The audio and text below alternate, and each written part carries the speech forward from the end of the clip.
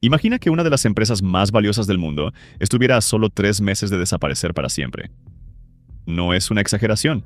Hubo un momento en el que Apple estaba perdiendo millones de dólares, sus ventas se desplomaban, y dentro de la propia empresa muchos pensaban que el final era inevitable. Los periódicos hablaban de una compañía sin rumbo.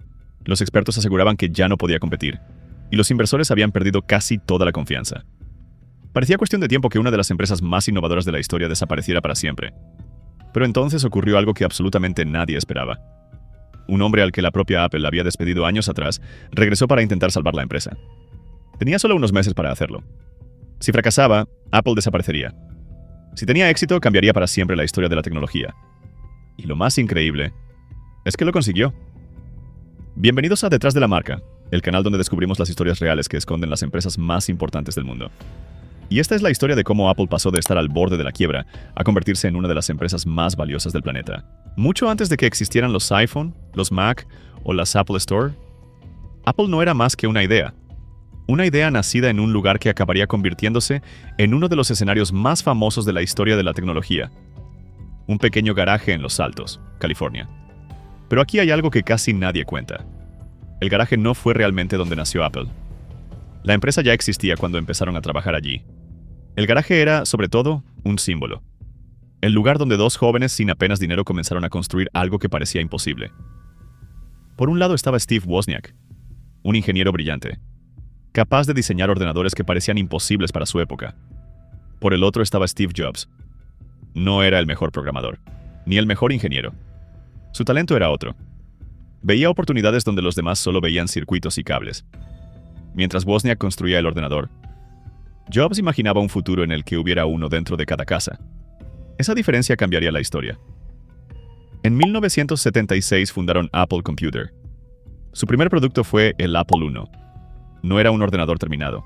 Era simplemente una placa base que los compradores debían completar por su cuenta.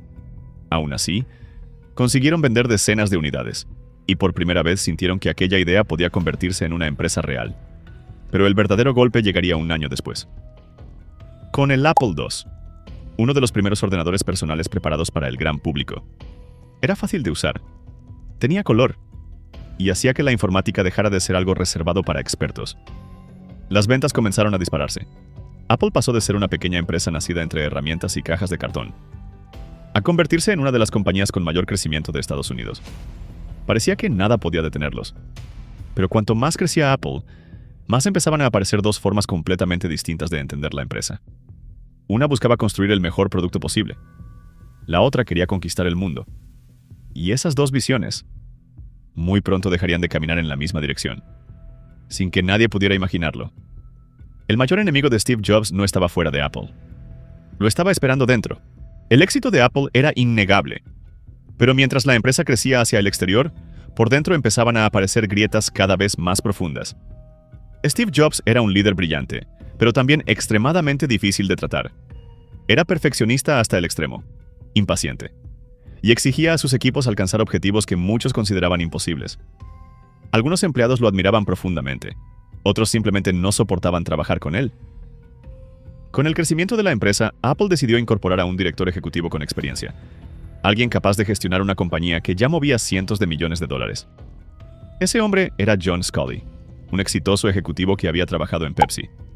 Fue el propio Steve Jobs quien lo convenció para unirse a Apple con una frase que pasaría a la historia. ¿Quieres vender agua con azúcar el resto de tu vida? ¿O quieres venir conmigo a cambiar el mundo? Al principio parecía la pareja perfecta. Jobs aportaba la visión. Sculley, la experiencia empresarial. Pero aquella alianza duró muy poco. Los desacuerdos sobre el futuro de Apple eran cada vez más frecuentes. Jobs quería seguir apostando por productos revolucionarios. Sculley y parte del consejo de administración estaban mucho más preocupados por las ventas, los costes y la estabilidad de la empresa. La tensión llegó a un punto sin retorno.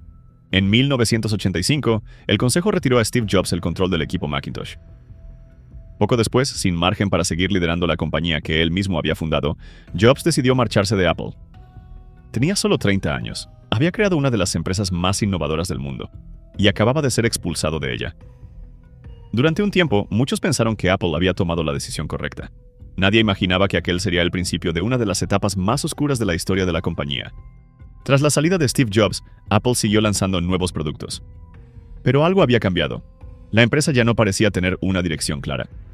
En lugar de centrarse en unos pocos dispositivos realmente innovadores, su catálogo empezó a llenarse de modelos que confundían incluso a los propios clientes. Había ordenadores para todo tipo de usuarios, versiones que apenas se diferenciaban entre sí, y una estrategia que parecía cambiar constantemente. Mientras tanto, la competencia avanzaba sin descanso. Microsoft dominaba el mercado con Windows. Los ordenadores compatibles con PC eran cada vez más baratos, y Apple perdía cuota de mercado año tras año. Las ventas caían, los beneficios desaparecían, y dentro de la empresa empezaba a extenderse una sensación que nadie quería admitir. Apple podía desaparecer. En 1997, la situación era crítica. La compañía acumulaba pérdidas millonarias y sus reservas de efectivo se reducían a un ritmo alarmante. Según varios directivos de la época, si nada cambiaba, Apple disponía de apenas unos meses de margen antes de quedarse sin liquidez. Era una situación desesperada. Muchos analistas ya hablaban de la empresa en pasado. Otros recomendaban venderla antes de que fuera demasiado tarde.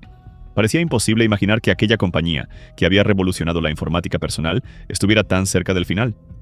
Pero cuando todo apuntaba al fracaso, Apple tomó una decisión que cambiaría absolutamente todo. Decidió llamar a la única persona que todavía podía intentar salvarla: Steve Jobs. En 1997, Steve Jobs regresó a Apple. No volvió para recuperar el pasado. Volvió para salvar una empresa que estaba al borde del colapso. Y lo primero que hizo sorprendió a todo el mundo. No presentó un nuevo ordenador. No lanzó un producto revolucionario. Empezó eliminando. Apple tenía decenas de proyectos abiertos, una gama de productos enorme y una organización demasiado compleja para una empresa que perdía dinero cada día. Jobs tomó una decisión radical. Canceló la mayoría de los proyectos. Redujo el catálogo a solo unos pocos productos esenciales. Miles de empleados fueron despedidos. Cada decisión era dolorosa. Pero Apple ya no podía permitirse seguir gastando dinero en ideas que nunca llegarían al mercado. Su objetivo era muy claro: construir menos productos, pero hacerlos mucho mejor. Poco después ocurrió algo que nadie esperaba. En una conferencia de Apple apareció en una pantalla gigante el logotipo de Microsoft. La misma empresa que llevaba años siendo su mayor rival. Muchos pensaron que era una broma, pero no lo era. Microsoft anunció una inversión de $150 millones en Apple. La noticia dejó al público completamente desconcertado. ¿Por qué iba a ayudar Microsoft a su mayor competidor? La respuesta era sencilla. Si Apple desaparecía, Microsoft podría enfrentarse a más problemas legales por monopolio. Mantener vivo a su principal rival también beneficiaba a Microsoft. Aquel acuerdo dio a Apple el tiempo que necesitaba, pero el dinero por sí solo no iba a salvar la empresa. Lo que realmente cambió su destino estaba todavía por llegar. El regreso de Steve Jobs no convirtió a Apple en un gigante de la noche a la mañana. La recuperación fue lenta, pero, por primera vez en muchos años, la empresa volvía a tener una dirección clara. En 1998 llegó el iMac, un ordenador diferente a todo lo que existía en el mercado. Colorido, sencillo, y pensado para que cualquier persona pudiera utilizarlo. Fue un éxito, pero aquello solo era el principio. En 2001, Apple presentó el iPod, un dispositivo que cambió para siempre la forma de escuchar música. 6 años más tarde llegó el iPhone, y con él comenzó una revolución que transformó no solo la industria de los teléfonos móviles, sino la vida de millones de personas en todo el mundo. Después vendrían el iPad, el Apple Watch y una larga lista de productos que terminarían convirtiendo a Apple en una de las empresas más influyentes de la historia. Resulta difícil creer que aquella misma compañía hubiera estado a solo unos meses de quedarse sin dinero. Y quizá esa sea la mayor lección de toda esta historia.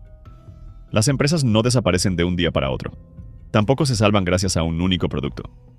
Detrás de cada gran éxito hay cientos de decisiones. Algunas acertadas, otras equivocadas. Pero, sobre todo, hay personas capaces de reconocer cuándo ha llegado el momento de cambiar. Apple estuvo a punto de desaparecer. Y precisamente esa crisis fue la que obligó a reinventar por completo la empresa. A veces, tocar fondo no significa el final. Significa la oportunidad de empezar de nuevo. Si te ha gustado esta historia, suscríbete a Detrás de la Marca, porque cada semana descubrimos cómo nacieron, crecieron y, en algunos casos, estuvieron a punto de desaparecer las empresas más importantes del mundo. Y ahora quiero saber tu opinión. ¿Crees que Apple habría sobrevivido sin el regreso de Steve Jobs? ¿O su desaparición era inevitable? Te leo en los comentarios. Y recuerda, detrás de cada gran marca siempre hay una historia que merece ser contada.